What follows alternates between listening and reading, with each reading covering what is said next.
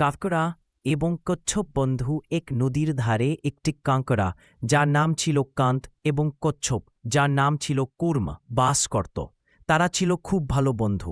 কান্ত ছিল খুব চালাক এবং দ্রুত চলতে পারত, কিন্তু তার হাঁটার ধরন ছিল অদ্ভুত।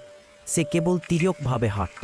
অন্যদিকে কুর্ম ছিল খুব ধীর স্থির, কিন্তু তার শক্ত খোলস তাকে সব বিপদ থেকে রক্ষা করত। একদিন সকালে কান্ত কাঁকড়া এসে কুর্ম কচ্ছপকে বল, বন্ধু কুর্ম, এই নদীর ধারের ফল খেতে আর ভালো লাগছে না, চলো আমরা নদীর ওপারে যাই। শুনেছি সেখানে নাকি অনেক মিষ্টি আম আর জাম আছে।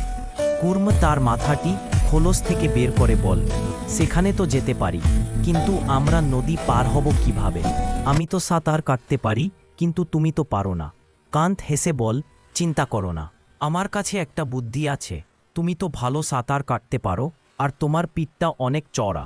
তুমি আমাকে তোমার পিঠে বসিয়ে নদী পার করে দাও, আর আমি যখন পার হব তখন তোমাকে পথ বলে দেব। কুর্ম রাজি হলো। সে ধীরে ধীরে নদীর জলে নামাল। কান্ত কাঁকড়া সাবধানে তার শক্ত খোলসের উপর চেপে বল, নদীর মাঝাখানে